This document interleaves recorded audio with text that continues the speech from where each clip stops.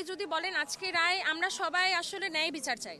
আমরা আমাদের তরফ থেকে অবশ্যই আমরা বলবো আমরা ফাঁসি চাই, তবে আমরা এটা কিন্তু আদালতের উপর ছেড়ে দিয়েছি। বিজ্ঞ আদালত যেটা মনে করে তার শাস্তি, সে যতটুকু প্রাপ্য, বিজ্ঞ আদালত যা মনে করে তাকে সেই শাস্তি দেওয়া হোক। কিন্তু এই রায়েই শুধুমাত্র আমরা চুপ থাকবো না। আমরা যতদিন পর্যন্ত তাকে দেশে এনে ফাঁসির কাস্টে না ঝুলানো হচ্ছে ততদিন পর্যন্ত আমরা থামবো না, আমাদের লড়াই চলে যাবে। এবং সে যদি মনে করে, খুনি হাসিনা যদি মনে করে যে সে খুন করেনি, সে নির্দোষ, তবে সে আদালত ফেস করুক।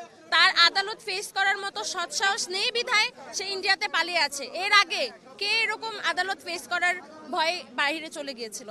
সেই বাদে কিন্তু কেউ না। তার দলের মানুষজন খুব বড় বড় ভাষণ দিয়েছিল এক সময় যে তাদের নেতা কখনো কোথাও চলে যাবে না। ঠিকই, কিন্তু তাদের নেতা দিন শেষে পালিয়ে গিয়েছে, দিল্লিতে বসে আছে, এবং এখন পর্যন্ত তাকে এতবার বলার পরেও সে কিন্তু দেশে আসেনি। কারণ আমি মনে করি তার দেশে আসার মতো সেই সৎ সাহসটুকু নেই। সে যদি নিজে জানতো যে সে কিছু করেনি, সে কোনো ধরনের কোনো গুনাহ করেনি, তাহলে সে কিন্তু চলে আসতো। কিন্তু সে নিজেও জানে যে সে কি করেছে, তার থেকে ভালো তো কেউ জানে না। তো এই জন্য সে ফেস করার মতো সেই সৎ সাহসটুকু তার নেই।